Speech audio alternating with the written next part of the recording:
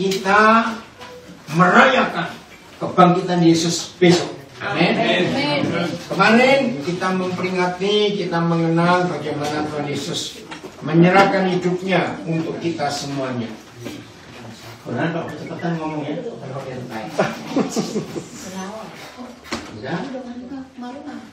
Iya, kenapa nggak kesian? Nggak mau dia gandel. Iya. Siapa pernah kepikir, ya, apakah ada cara lain Bapa di surga menyelamatkan kita selain dari Dia menjadi manusia lalu mati disalib dan bangkit lagi?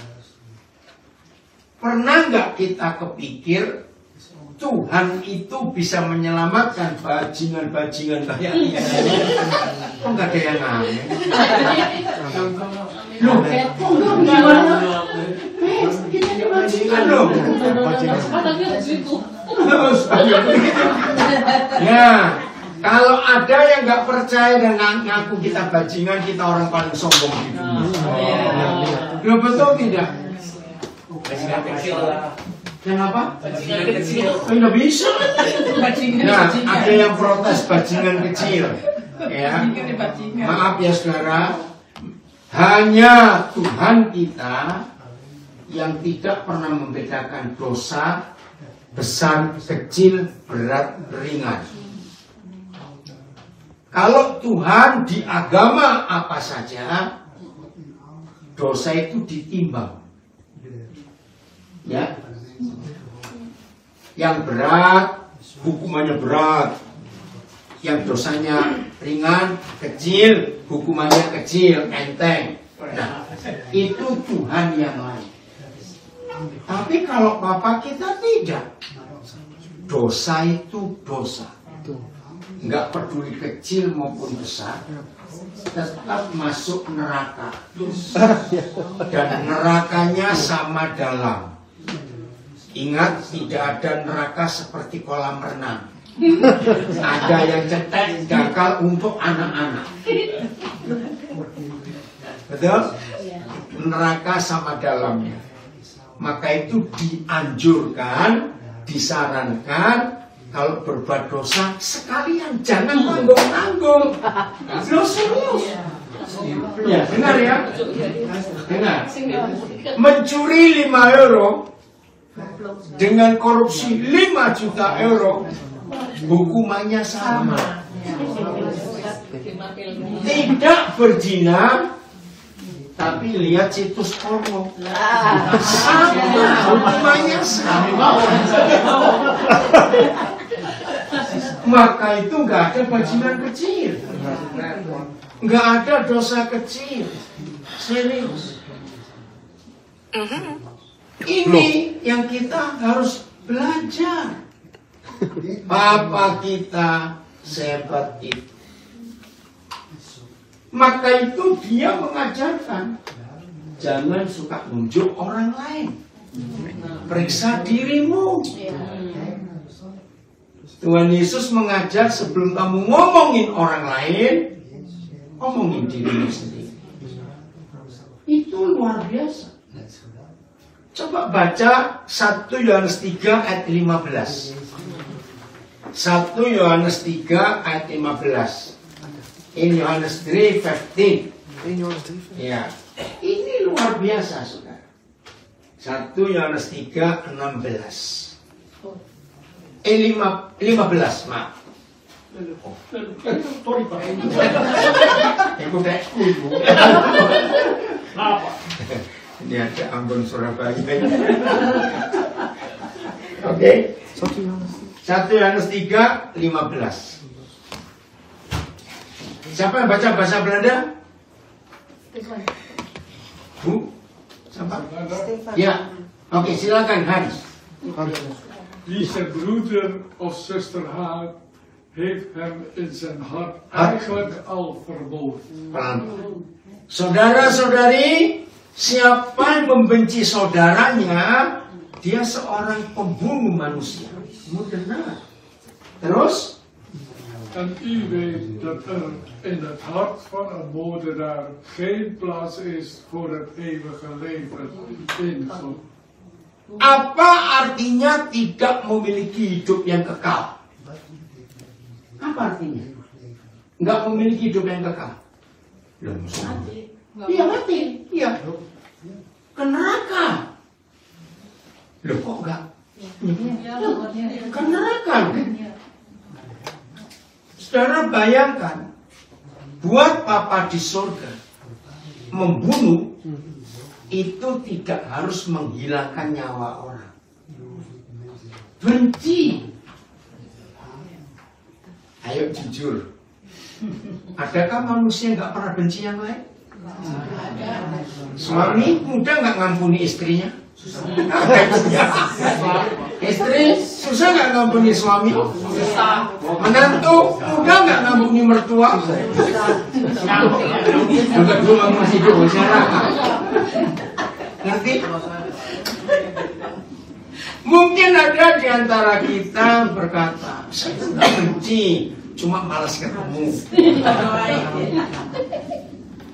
Nah, pertanyaannya, berarti ada pembunuh atau nggak ada pembunuh di ruangan ini sekarang?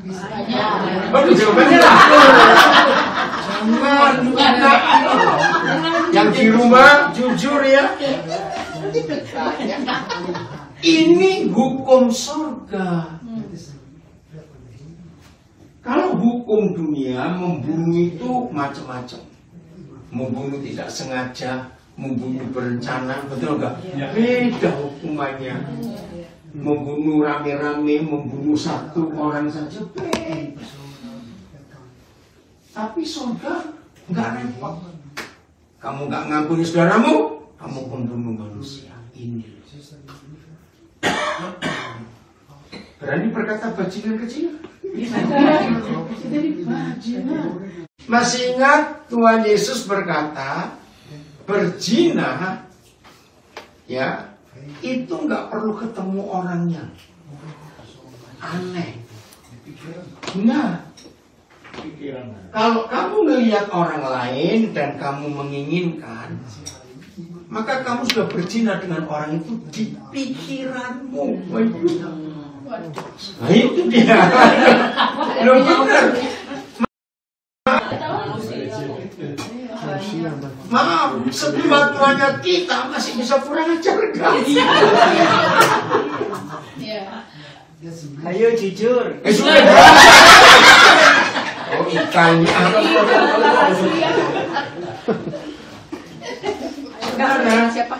Jadi berzina itu nggak perlu peluk orangnya, cium orangnya, enggak, cuma melihat dari jauh. Saya tanya lagi, beranikah di antara kita berkata nggak ada yang berzina di sini? Nggak berani.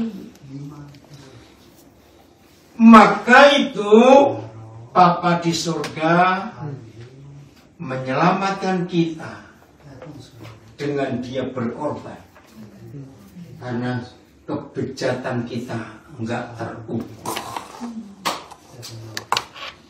Renungkan. Maka itu saya tanya lagi, pernahkah kita terpikir, masa Tuhan yang Maha Kuasa tidak bisa menyelamatkan kita tanpa dia repot-repot jadi manusia dan mati? Tolong jawab pertanyaan ini. Bisa nggak Papa kita menyelamatkan bajingan-bajingan ini tanpa Yesus perlu mati? Bisa. Bisa sekali. Tapi masalahnya, hutang kita kepada dosa itu hutang nyawa. Maka itu sampai hari ini dunia masih punya hukum. Hutang uang, ya bayar uang. Betul? Masih ingat gigi ganti gigi, mata ganti mata? Itu hukum dunia. Nah, karena kita itu berutang dosa kepada iblis, dan dosa itu nyawa. Masih ingat? Upah dosa ya mati. Upah dosa itu mati. Roma 6 ayat 23, coba baca. Jadi dosa itu nggak sekedar diampuni begitu saja, tidak, karena mati. Ya, Roma 6 23, puluhan lagi, silakan. Romanian says, verse 3. Romanian says 3. Ya, silakan Tuhan. says ayat 3.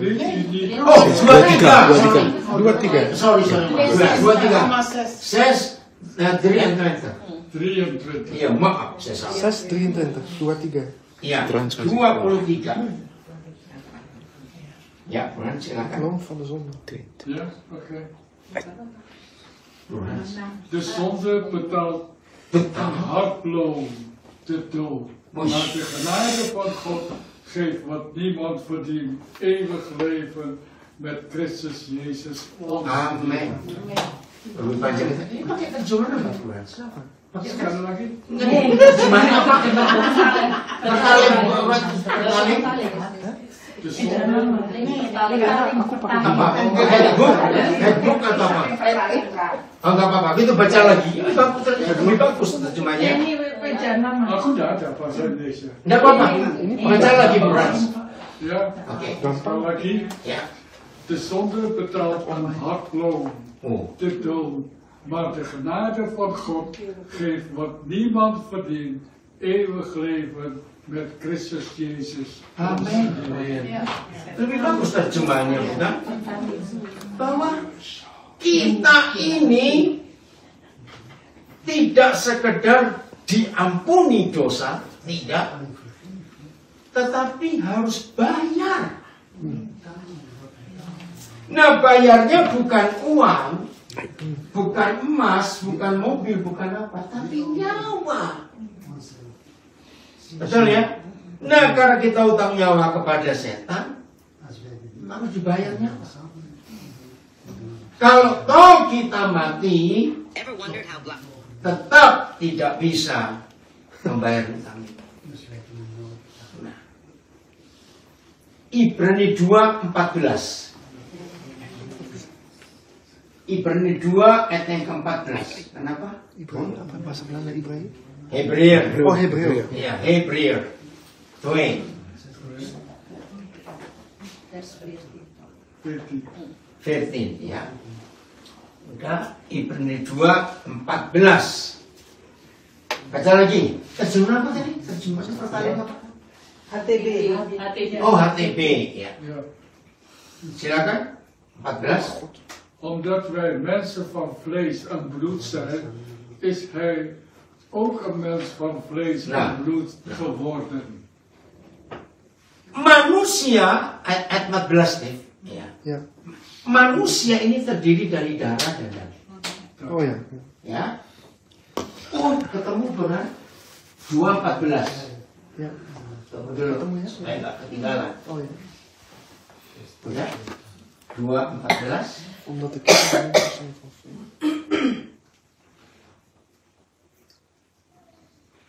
Dapat? Belum. Sabar dulu. Ya. Karena manusia yang dicintai Tuhan itu terdiri dari darah dan daging, maka itu Tuhan Yesus pun kelak sama, harus sama seperti kita. Lanjut. Seterusnya. Ya. Want alleen als een mens kon hij sterven. Nah ini pelan-pelan. Supaya Yesus bisa mati. Untuk menyelamatkan bajingan-bajingan. Maka itu dia perlu tubuh dan darah. Ini terjemah bagus. Oke? Atau ulang dari depan, ya. Ulang kali. Iya. Want alleen als een mens kon hij sterven en zo de duivel de macht over de dood had machteloos maken. Amin. Katakan amin, saudara. Jadi hanya untuk bisa mengalahkan setan yang menguasai kematian, maka dia pun harus mati. Nah, saya tanya, Tuhan bisa mati nggak? Tidak. Tidak bisa. Tuhan nggak bisa mati. Kekal, betul. Padahal dia menyelamatkan kita yang bisa mati.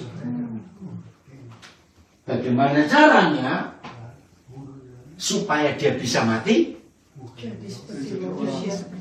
Jadi orang. Ibrani 10 ayat 5.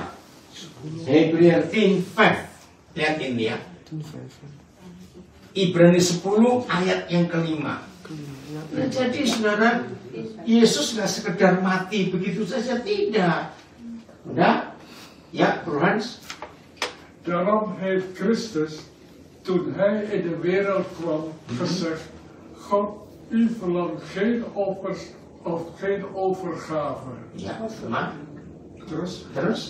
Maar u hebt mij dit lichaam gegeven om het als een offer te geven. Nah, jelas ya? Itu sebenarnya bagus ya, baru tahu saya. HTB ya. Nah. Jadi waktu Yesus datang ke dunia, kita memperingati kalau Natal Desember, dia ngomong korban persembahan, ya, apa itu ibadah, liturgi, apalagi ya, itu Papa nggak perlu. Tapi Papa memberikan tubuh leher kepada Yesus. Untuk apa? Kembali tadi, Ibrani 2:14. Kenapa bukan ibadah, bukan liturgi, bukan religi, bukan keluh, bukan apa, tapi menyediakan tubuh. Ayo, supaya apa? Bukan dia, Yesusnya itu kenapa? Kok nggak ada yang lain? Cuma dapat badan saja. Tubuh. Supaya bisa mati. Saya bayangkan. Jadi dosa-dosa kita tidak bisa dibayar dengan doa, dengan puasa, dengan memberi korban di Natal. Saudara ingat zaman dulu, termasuk nenek moyangnya orang Eropa, suku-suku Indian, ya, masih ingat zaman dulu? Untuk membuat Tuhan mereka tidak marah, mereka kasih korban apa? Manusia, bayi-bayi, perawan-perawan. Betul, masih ingat sejarah itu? Jadi rupanya setan juga tahu untuk menebus dosa itu harus ada nyawa juga. Tapi pertanyaannya, setan puas nggak? Nah, minta lagi. Ngeri sekali. Zaman berubah, maka bukan orang yang jadi korban, tapi ya honor binatang. Bisa ayam, bisa sapi, bisa domba, babi. Zaman dulu ada. Nah, kalau kita mengingat sejarah itu, sekarang kita tahu mengapa Yesus harus punya badan. Supaya dia bisa mati. Dan setan tahu darah Yesus itu yang bisa membayar lunas semua dosa manusia. Kemarin kita memperingati ya, bagaimana dia menderita dan dia mati. Saudara, ini loh, apa artinya Gode Fredag, Jumat Agung? Lalu hari ini Yesus ke neraka, ya, turun ke neraka menyelamatkan jiwa yang belum pernah dengar namanya. Dan besok dia bangkit. Haleluya, amin. Neraka dikalahkan. Kita baca Wahyu 5 ayat 10. Wahyu, Openbaring 5 ayat 10. 15. Ayo Wahyu 5 ayat 10. Ya. Ya. Ja. Ja. U hebt hen bijeen gebracht in het koninkrijk en hen tot priester van onze God gemaakt. Ja. En zij zullen op de aarde heersen. Haleluya. Tujuannya saudara dan saya yang sudah dibayar lunas oleh Tuhan Yesus supaya kita bisa memerintah di bumi ini. Ayat 10-nya. Ayat 5 ayat 10. Iya. Ya, atau boleh mau ganti HP supaya nggak kesulitan? Kok lama? Atau pakai Alkitab ini? Ini bahasa Belanda, bahasa Indonesia. Ada bahasa Belanda? Udah ya? Coba gua baca sama mereka. 5:10. En gij hebt ons onze God gemaakt tot koningen en priesteren. En wij zullen als koningen heersen op de aarde. Nah, jadi tujuannya kita diselamatkan itu tidak sekedar supaya tidak dari neraka ke surga. Enggak. Ya, tidak sekedar memindahkan kita dari neraka ke surga. Tapi punya tujuan untuk kita memerintah sebagai raja di bumi. Jadi nggak cuma sekedar bebas dari dosa. Oh, kalau cuma itu Yesus nggak perlu mati. Cuci aja kita dengan darahnya selesai. Tapi karena punya tujuan untuk memerintah sebagai raja di bumi bersama-sama dia. Nah, siapa yang diajak? Ayat 9. Ayat 9. Coba lihat siapa yang diajak. Ya, ini kan? Cecung si Dinda dia. Van Openbaring 5. Iya, baik, tetap ya. Ja. En ze zongen een nieuw lied. U bent het waard om de boekrol in ontvangst te nemen en de zegel te verbreken. Ya, terus. Terus. Ya.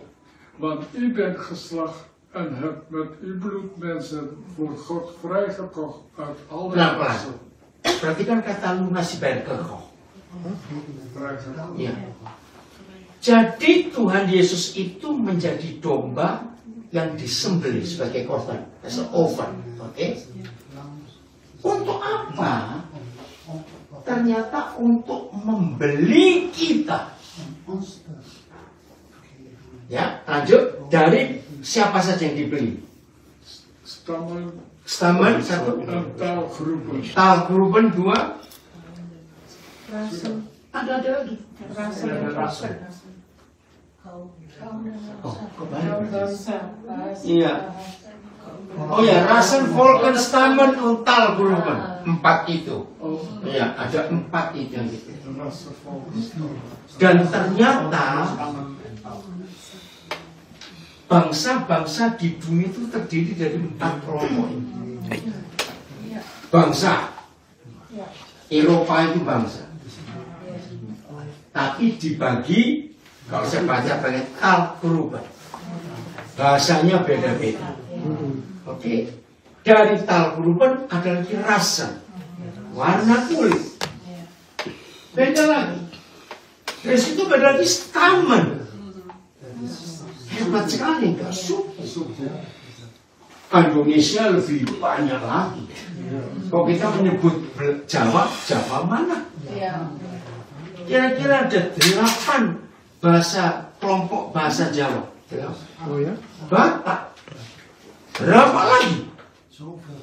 Dayak. Berapa lagi talennya? Banyak sekali grupnya. Maluku mana? Banyak lagi. Wih, luar biasa. Mana kamu Bang Sofi? Oke.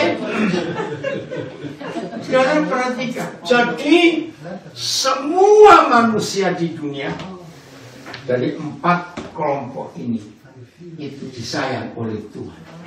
Amin. Dan sudah dibeli kekoh, artikan itu ya, dan harganya lunas dibayar, bukan dikredit. Ya, bukan dikredit, lunas. Nah, kwitansinya, tahu kwitansinya? Itu salib. Maka itu kalau ada di antara kita hidup ini ragu-ragu, kenapa ya, gimana ya, saudara, katakan kepada si setan, ini loh, kwitansi lunas, salib itu tadi. Saya beri ilustrasi ini, mudah-mudahan mengerti ya. Kalau kita berjalan di satu jalan, lalu lihat ada satu mobil mewah. Ngomong aja apa ya? Orang Belanda lebih suka BMW atau Mercy? Kira-kira umum. Tesla. Enggak, saya turun sekarang.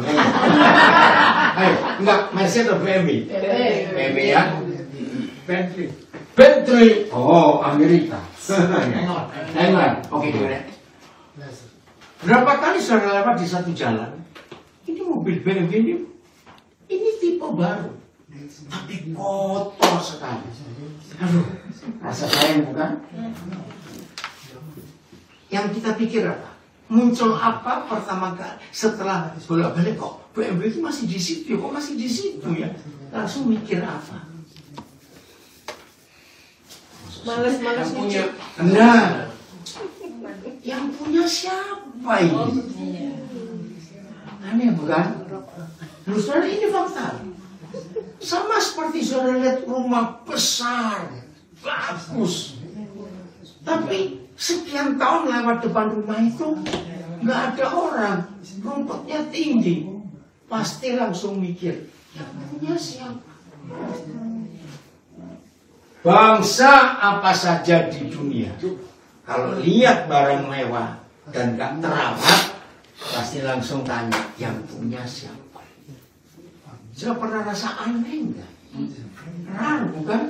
Kenapa sih tanya siapa yang punya? Artinya, ayo, kenapa kita mesti tanya, yang punya siapa? Bukan diambil, cuma dulu Bukan kepo. Niskira, betul, tapi bukan niskira, bukan kepo. Niskira apa itu? Iya, masih ingin tahu. Ingin tahu. Oke, sayang yang kepo. Bukan, itu niskira. Bukan. Bukan itu yang saya tanya, minta jawabannya. Kasihan. Ternyata pemilik itu penting. Kita lihat tadi Wahyu 5:9. Kita sudah dibeli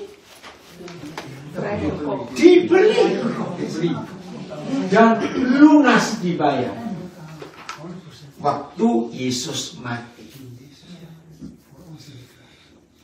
Kira-kira Tuhan yang membeli kita akan menelantarkan kita enggak?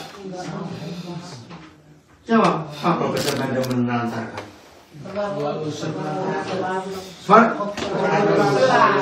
Perlahan melupakan. Enggak mungkin, amin. Loh, kok gak percaya? Enggak mungkin.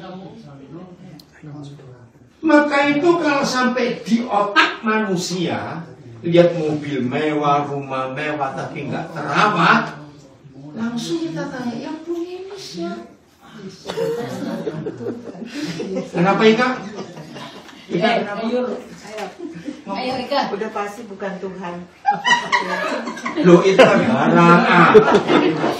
Ternyata Yesus mati itu membeli kita. Dengan darahnya sudah dia bayar lunas. Nah itu nanti kalau kita pegang cawan dan pegang roti ini, sadar.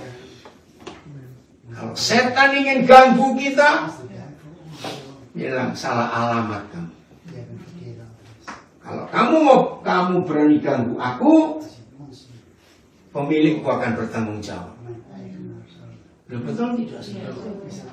Kenalnya siapa? Maka itu. Kalau setan tahu kita dimiliki oleh Tuhan, oh, dia nggak berani macam-macam. Ini loh hidup itu. Maka itu kalau sampai ada di antara kita, hidup ini penuh kekhawatiran. Apalagi seorang orang Belanda yang punya jaminan dari negara seperti itu, terus masih khawatir suruh menghina pemerintah Belanda. Betul nih? Dia menjaga karena soal warga negara Belanda. Apalagi Papa di surga. Oke, sekarang jelas mengapa Yesus harus mati. Saya tanya lagi, kenapa dia harus mati? Karena nyawa dibayar nyawa. Dosa kita nggak bisa dibayar dengan darah sapi, darah kambing, nggak bisa. Setan nggak terima, murah sekali. Iya toh, murah sekali. Tapi begitu darah Yesus, setan berkata cukup. Maka itu kalimat yang paling hebat ketika dia tergantung di kayu salib. Sudah selesai. It is finished. Saudara, kata vollbracht, finish, lunas, itu ada di banyak bagian kehidupan. Orang yang urusan dagang, urusan jual beli, begitu selesai semua persyaratan, langsung akan salaman. Selesai. Betul enggak? Dan tidak ada sangkut paut lagi. Lunas sah. Di pengadilan juga begitu. Kalau semua persidangan sudah selesai, maka kata vollbracht itu berlaku di situ. Selesai. Nggak ada tuntut-tuntutan. Saudara bisa bayangkan itu yang Yesus katakan waktu dia di kayu salib. Artinya setan cukup. Engkau nggak bisa ganggu anak-anakku ini lagi. Amin. Luar biasa. Maka itu kata sudah selesai, sudah lunas dibayar.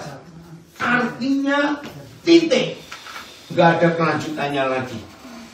Kok saudara nggak suka cita begitu? Kok diam semua ini? Kebanyakan pura-pura.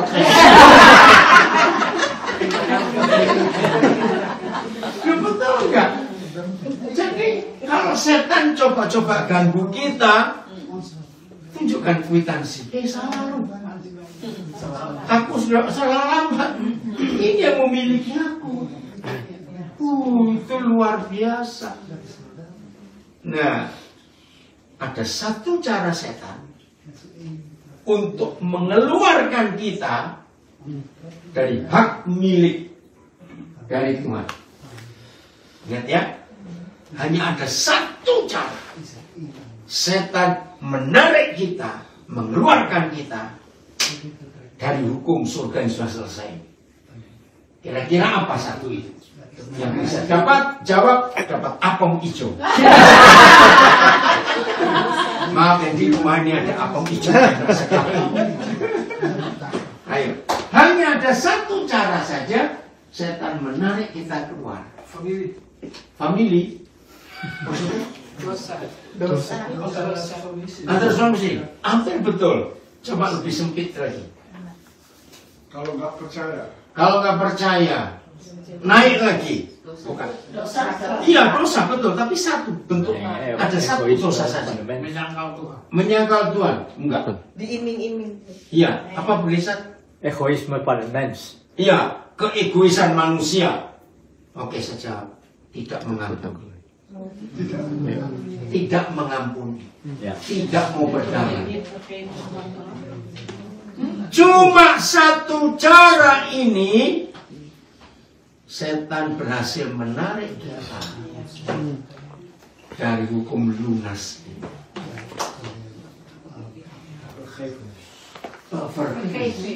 Betul, cuma itu saudara. Maka itu saya tanya jujur ya, saya tanya, memberi persembahan dengan mengampuni mana lebih berat? Doa, puasa, dan mengampuni mana lebih berat? Sudah bisa bro? Ke gereja ikut kebaktian dengan mengampuni mana lebih berat? Itu dia.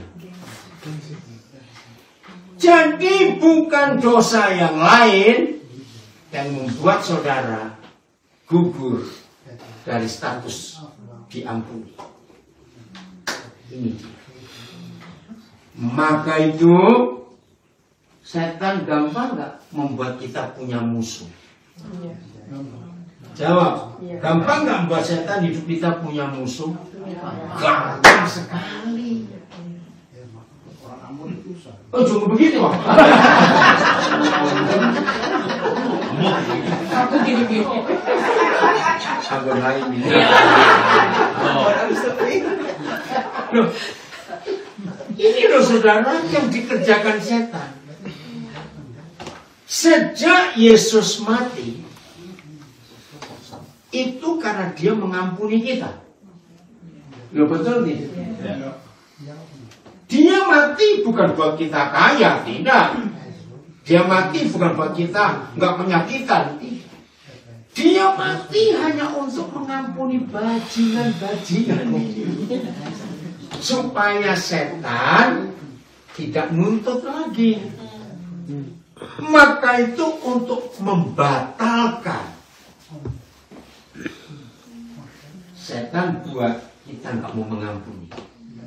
Habis. Kelar, ya, kelar. Maka itu saya ulangi lagi, berdoa itu jauh lebih gampang. Doa puasa itu gampang, memberi persembahan itu gampang, baca Alkitab itu gampang, aktif pelayanan kalau minggu gampang. Ingat itu. Tapi mengampuni. Maka ingat tadi 1 Yohanes 3 ayat 15. Kalau kita tidak mengampuni, maka kita seorang pembunuh manusia. Dan tidak ada hidup yang kekal bagi seorang pembunuh.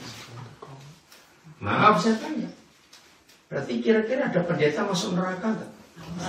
Nah ini dia. Pendeta masuk neraka karena masih punya musuh. Itu tadi nggak musuhan, cuma males ketemu. Jangan anggap. Ayo jujur. Bertahun-tahun saudara bersahabat dengan si A. Hampir tiap minggu main ke rumahnya. Tapi 3 tahun belakangan nggak lagi mampir. Awas. Kenapa? Awas. Karena nggak suka aku itu. Berarti belum mengampuni. Dan yang menyedihkan, setan berhasil membatalkan lunas itu di hidup banyak murid-murid Yesus. Betul atau tidak? Dengan cara tadi, bukan benci, tapi jengkel. Jujur ya, jengkel itu besar atau kecil? Ayo, jengkel itu besar atau kecil? Kalau jengkol gede loh. Kalau jengkol gede. Ini jengkel. Ayo, jengkel itu besar atau kecil? Kecil. Maaf loh, upil kita lebih gede. Jangan tersinggung, betul tidak? Kecil. Tapi setan berhasil. Maka itu menyedihkan. Ternyata ada pendeta, ada hamba Tuhan, ada pelayan Tuhan, ada orang aktif ke gereja, tapi dia berstatus pembunuh manusia. Karena kapan saya pernah ketemu, oke saya bunuh dia, tapi tunggu dia mati. Tunggu dia mati aku baru mau. Tapi itu ada.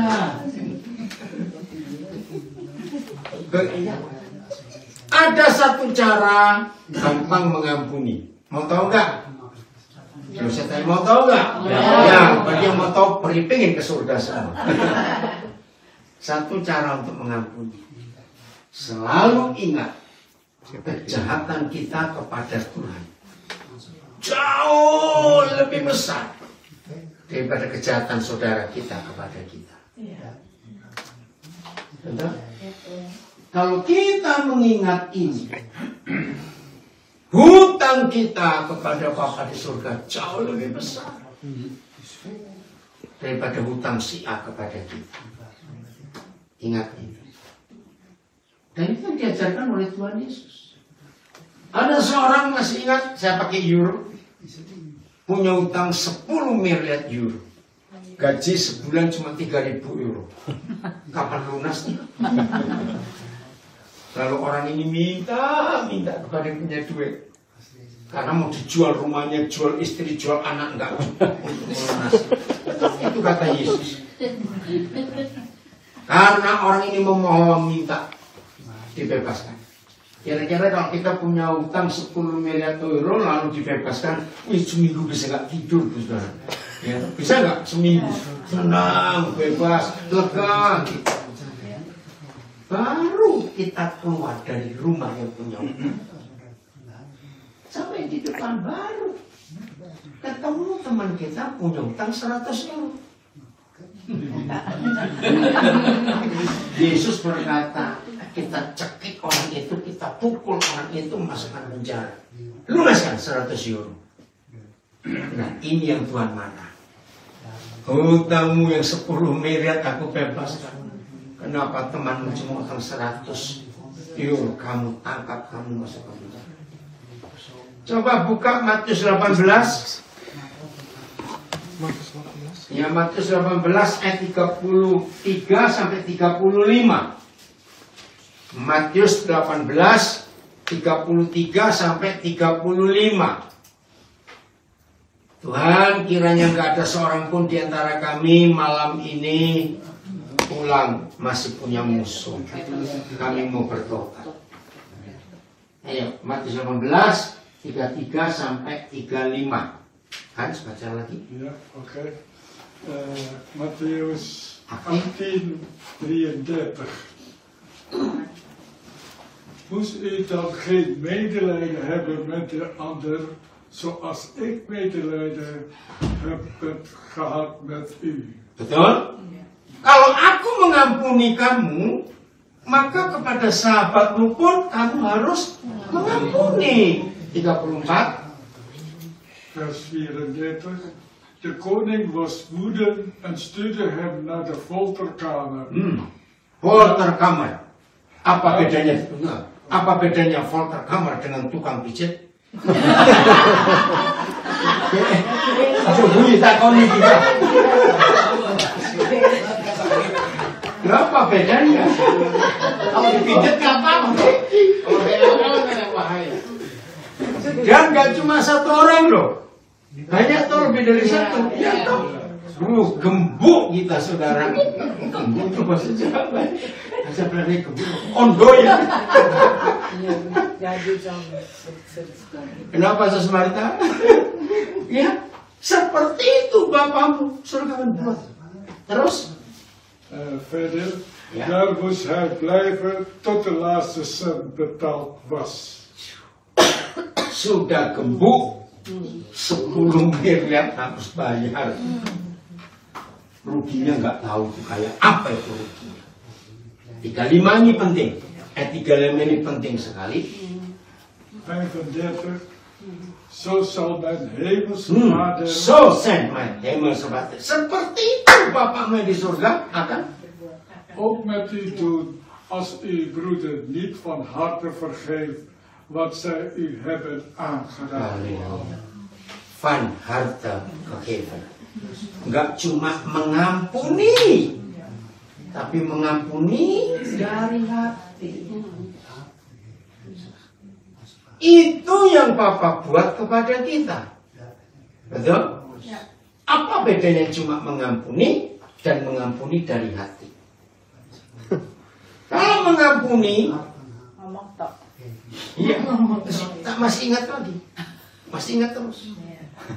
Kalau dari hati, hilang, lupa. Maka itu kenapa orang pikun lebih sehat daripada yang banyak ingatan. Ayo, kenapa orang pikun lebih sehat? Oh ya,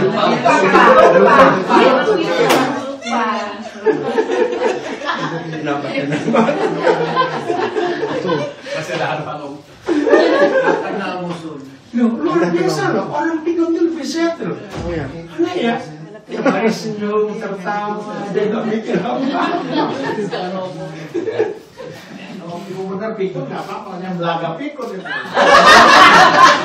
Kalau belaga pikun masukkan mesin cuci. Masuk mas-masinan aja. Saudara, ini yang Papa ingin kita lakukan.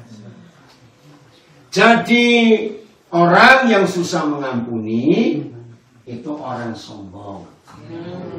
Yang berkata begini, utangku kepada Tuhan cuma dikit. Sombong kali. Hutang kita ke Tuhan bisa kebayar nggak? Nggak bisa. Maka itu orang yang susah mengampuni, orang itu sombong. Dosaku dikit kok kepada Tuhan, dosa dia banyak kepadaku. Sombong kali. Ayo hari ini tidak ada seorang pun di antara kita meninggalkan rumah Yordan dan Mira masih punya musuh. Amin. Kalau kita itu nggak punya musuh, tekanan darah normal, SGPT, SGOT normal, surnya makanya normal. Sudah betul. Hidup ini enak sekali. Tidur walaupun lapar tetap tidur. Orang yang makan kenyang enak tapi punya musuh nggak bisa tidur. Enggak, sehat pasti. Kenapa? Enak. Kita lebih enak tidur. Oke, makanya nggak punya musuh. Serius. Jadi lagi sekali mudah atau susah ngampuni? Susah. Loh. Ngaku. Kami sambil layak nanti loh. Yang layak datang lagi karung ini. Ini orang Bali kok. Jangan susah. Ya Allah, susah. Enggak. Kalau kita ingat dosa utang kita ke Tuhan itu enggak kebayar, enggak kebayar. Tapi dia bebaskan. Ingat itu ya. Nah, supaya tubuh dan darah Yesus yang kita akan ambil nanti itu enggak sekedar tradisi, tapi punya arti yang luar biasa di hidup. Jadi setan gak akan bisa ganggu kita, katakan amin. Karena kwitansi lunas sudah ada.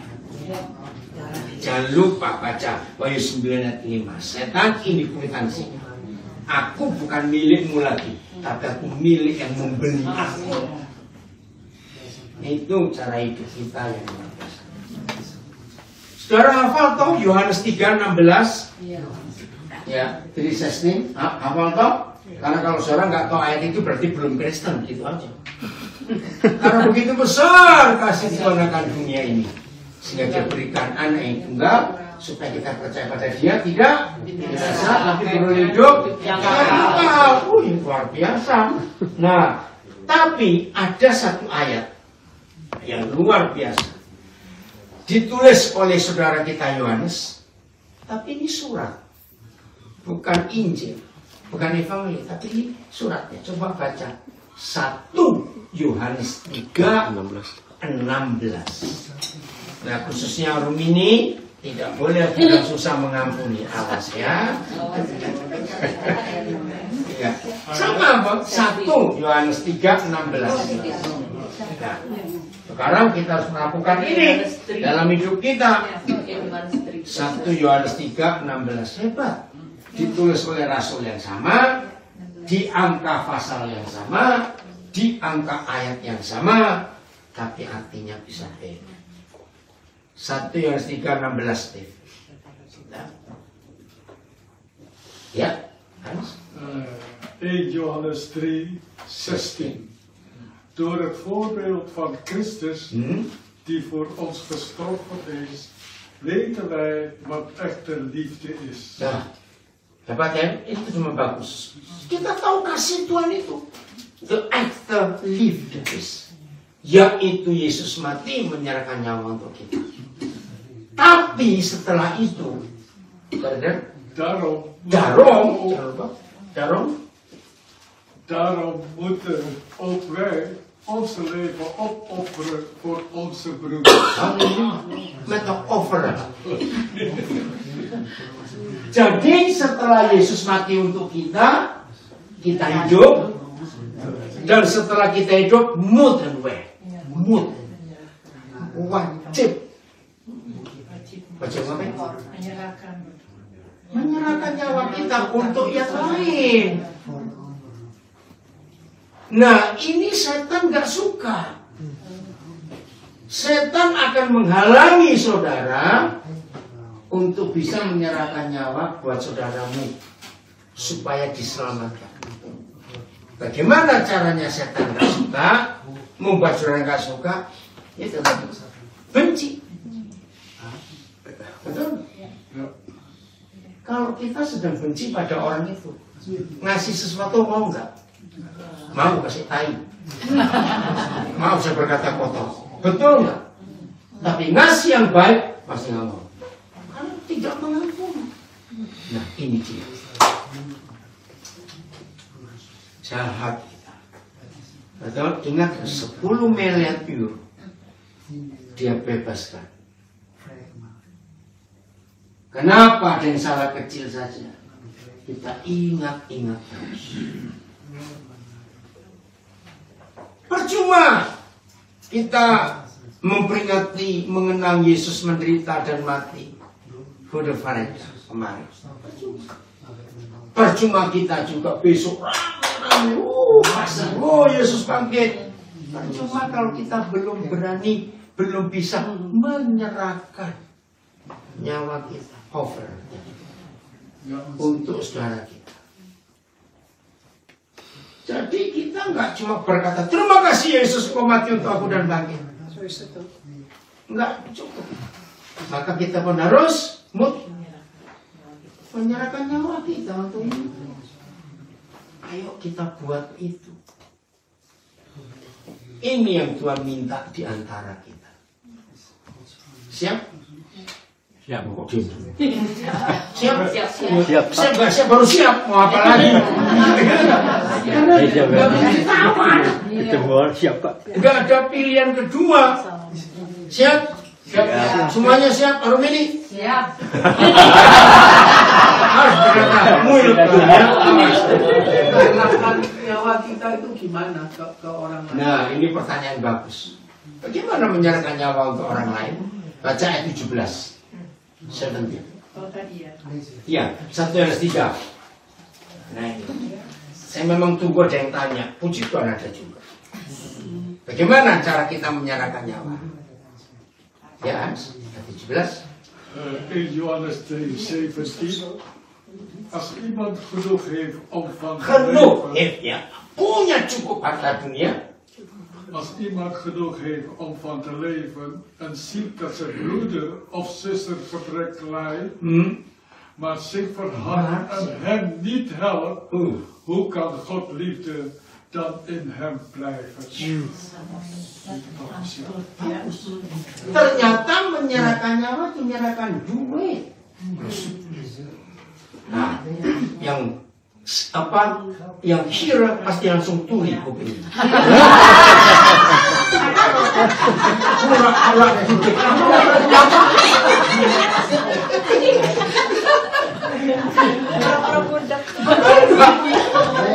Ternyata menyerahkan nyawa itu menyerahkan harta. Saya beri 2 bukti, kita pasti. Saya lama gak denger kata itu. Tapi kalau ditanya di Miss Pride, Ya tunggu dulu. Ya, ini Jordan. Oh sama ini. Oh bisa tanya sama. Een tikkie bestaat al 2000 jaar. Oh ya. Ik concentraat. Sebelum saya tanya jawab Mira, lah kalau kita dimanfaatkan bagaimana? Ya ampun. Tunggu. Adakah di antara kita nggak pernah misbreak Tuhan, nggak pernah memanfaatkan Tuhan? Ya, sudah. Ya sudah. Kembali. Enggak besok gitu lagi. Loh ya jangan dong, kalau saya tahu ya jangan. Loh, kalau saya tahu ya jangan. Kenapa sudah tahu kok? Kita cari yang betul-betul perlu. Iya betul. Ada hikmat toh. Oke. Hanya Tuhan Yesus yang pernah berkata. Sebab di mana ada di situ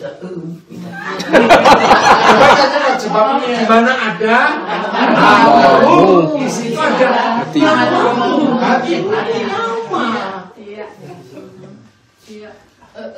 Biasa nggak tanya lagi.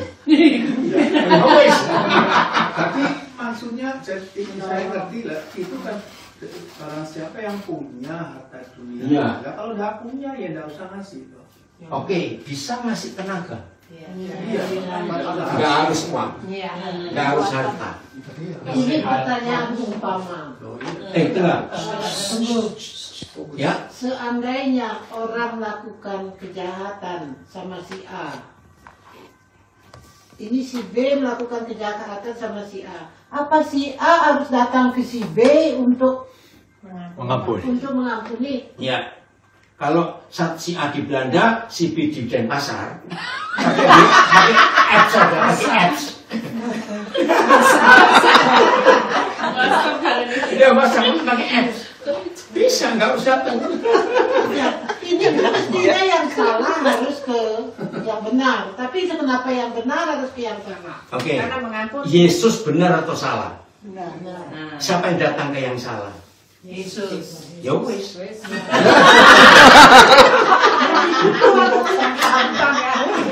Gampang ya wes. Ya. Ikan kamu kok begitu? Oke. Pelan-pelan dulu. Perampok itu punya konsep yang sama. Kalau menodong harta toh? Harta tahu? Ya. Pernah baca tahu?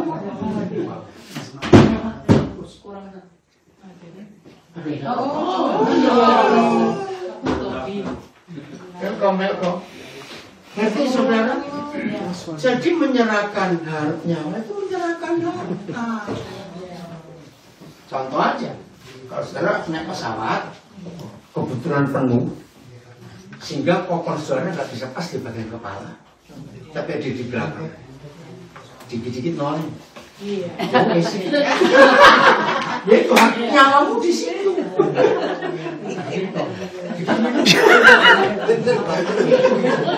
Enggak pernah. Itu nyawa. Aduh, itulah manusia. Lost Latin. Betul ya, betul ya. Haleluya. Ya, apa lagi?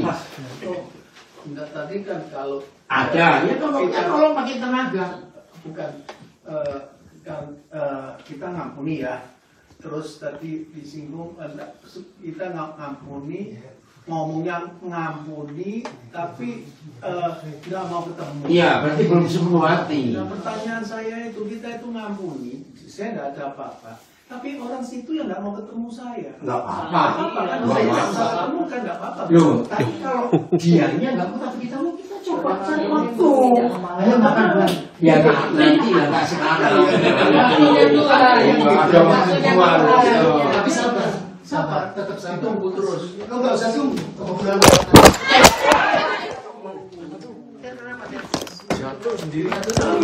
Itulah, maaf.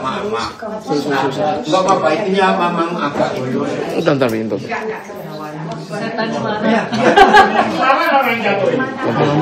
Iya, iya. Keluar. Bentar, pegang. Aduh. Pegang. Sabar, pegang. Pegangin di dalam. Sabar ya yang di rumah. Bentar. Oke. Ini muternya yang agak sulit nih. Nggak bisa memang. Nanti. Saya putar. Nggak bisa. Memang masih putar. Ini papi putar. Sebaiknya kita putar. Nggak bisa. Oke. Jangan gitu. Ini yang mesti putar. Oh.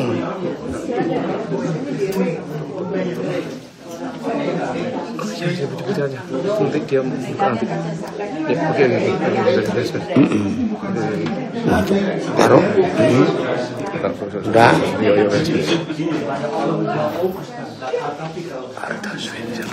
Ayo. Oke, nanti diskusinya. Jadi kalau kita sudah ngampuni dan siap ketemu, tapi orang itu nggak siap ketemu ya nggak apa-apa. Yang penting kita siapkan hati supaya sewaktu-waktu Tuhan jamati orang itu kita sudah siap. Itu dia. Pokoknya Yesus mati untuk kita supaya kita mati untuk orang lain. Ini prinsip sesungguhnya. Jelas ya? Jadi nggak rugi datang ke sini hari ini. Betul? Puji Tuhan kalau begitu. Nah, kita akan siap ambil tubuh dan darah Yesus. Saudara, ini bukan tradisi, katakan amin. Tapi ini perintah. Ini perintah Tuhan Yesus. Buat ini berulang kali, pasti ingat ya, untuk menjadi peringatan. Itu penting sekali bahwa Yesus pernah mati untuk kita, maka kita pun mati untuk orang lain. Yang di rumah boleh mengikuti, ambil apa saja yang bisa, ya, untuk kita menikmati. Kita bersyukur Tuhan dapat berikan kita kesempatan untuk hari ini boleh bersekutu bersama-sama. Bagi sekali Yurgen dan Mira, terima kasih.